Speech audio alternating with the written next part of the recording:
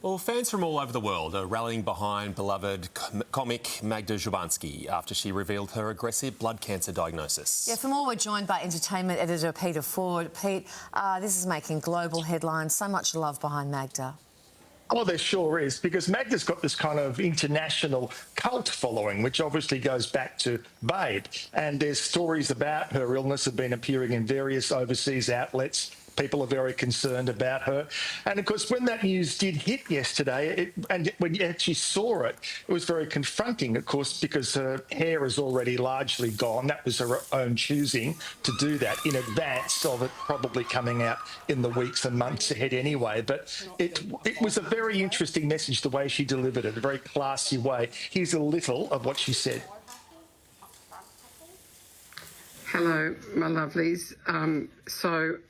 The head is shaved in anticipation of it all falling out in a couple of weeks, because I have just been diagnosed with a very rare, very aggressive, very serious lymphoma. It is one of the nasty ones, unfortunately. But the good thing is I'm surrounded by beautiful friends and family and an incredible medical support team. Honestly, we have the best in the world here in Australia, particularly in Melbourne, so I feel very fortunate.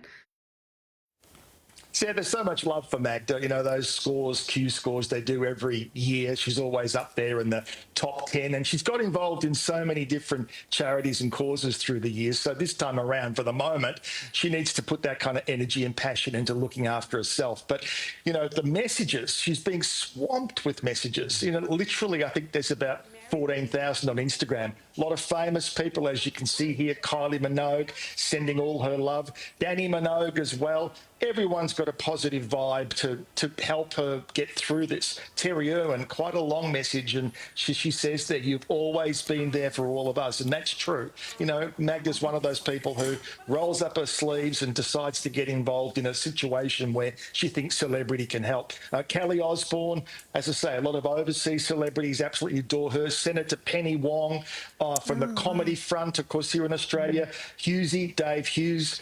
Julia Zamero, the list goes on and on. But I've got to tell you also, if you look through those messages, as I'm sure Magda will, and it's not too late, just go to Instagram, send her a message, send her love. Let's really, really swamp her. But a lot of the messages also from regular people, and some of them are saying, I've been through this. I've got exactly what you've got now. And with the treatment, I've come out the other side and I'm doing okay. And I'm sure that's the kind of message that will really, really give her, buoy her at the moment. Yeah, she will take a lot of heart from that. Interesting, in her own written notes with the Post, Pete, she revealed it was just a regular breast screen that picked it up, and it was the sort of enlarged lymph nodes, which warranted then further investigation. So another message there too about, you know, the importance of health checks and whatever. And in Magda's own words, body. that's what she said. Yeah. So we send her all our love, of course. Absolutely. Moving on, Pete. Australian singer Tones and I has been charged by her local council. What's happened here? Yeah, well, this is one of those sad stories where there really are no winners. But this matter was brought up yesterday in the Dramana Magistrates Court down on the Mornington Peninsula in Melbourne. So what happened last November? Tones, American bulldog, got out of the house, got over the gates, and suddenly it found a 17-year-old cavoodle, so an old dog, and attacked it, and that cavoodle did die as a result of the injuries. Now, since then, the American bulldog, Tone's dog, has also been euthanised as well, but the matter still has to go through the court process. Now, Tones wasn't in court yesterday. On the night that it happened, Tones did go and visit the owners of that cavoodle. She offered to pay for any kind of the cremation of the dog. They didn't accept that, and clearly now this has to run its course. But it's one of those very sad stories where nobody wanted this to happen, but it did, with very sad results for both parties. Brooke Bellamy from Brookie Bakehouse is making moves. This is despite the plagiarism allegations and furore. Yeah, well, she's been laying pretty low in the last couple of weeks. I think wisely she thought, just let this run its course and, you know, keep out of it for a while. And that was a wise thing to do. She also is pregnant, so she's should be having as restful as possible time. But she has now bounced back. She's given an interview to the Courier Mail in Brisbane, and she's revealed she's actually opening 2 new bakehouses, one at the Gold Coast on Pacific Fair. The other one is going to be at Garden City at Mount Gravatt in Brisbane.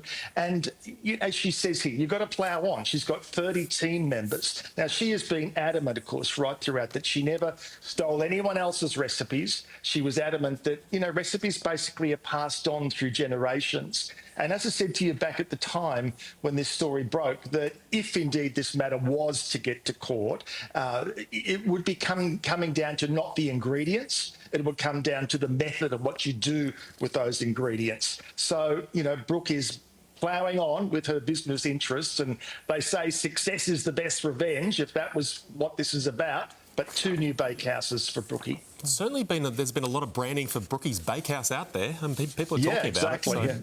Yeah. All right, Grammy winner Miley Cyrus has released her 9th album, Something Beautiful. What are critics saying about it? Well, to be very honest with you, I think they're mixed. There are some sensational ones, and there are also a couple of really ordinary ones. I think the Telegraph in London even describing it as being unlistenable. Now, as we know, this has had so much hype. The campaign leading up to today and the dropping of the album has meant that it is on #1 on iTunes pretty much right around the world. But with iTunes, of course, they can vary virtually from minute to minute. So what I think we should do, sadly, in Port Douglas, I don't have my Mickey Mouse headphones with me, but I do think it's time for Turn It Up, Turn It Off.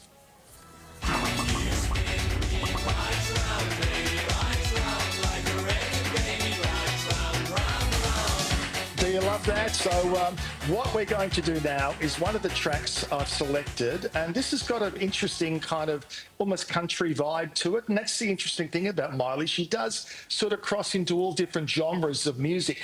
This number is called, just pretend I'm putting my headphones on, Golden Burning Sun.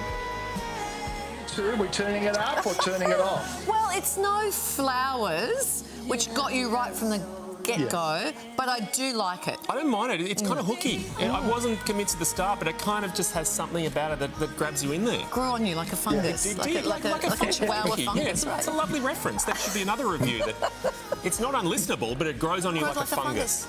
Pete, thank you. Did you like it or not? I did very much, actually. We love Miley. She's hot as a pistol at the moment. Put it this way, I like it more than your shirt.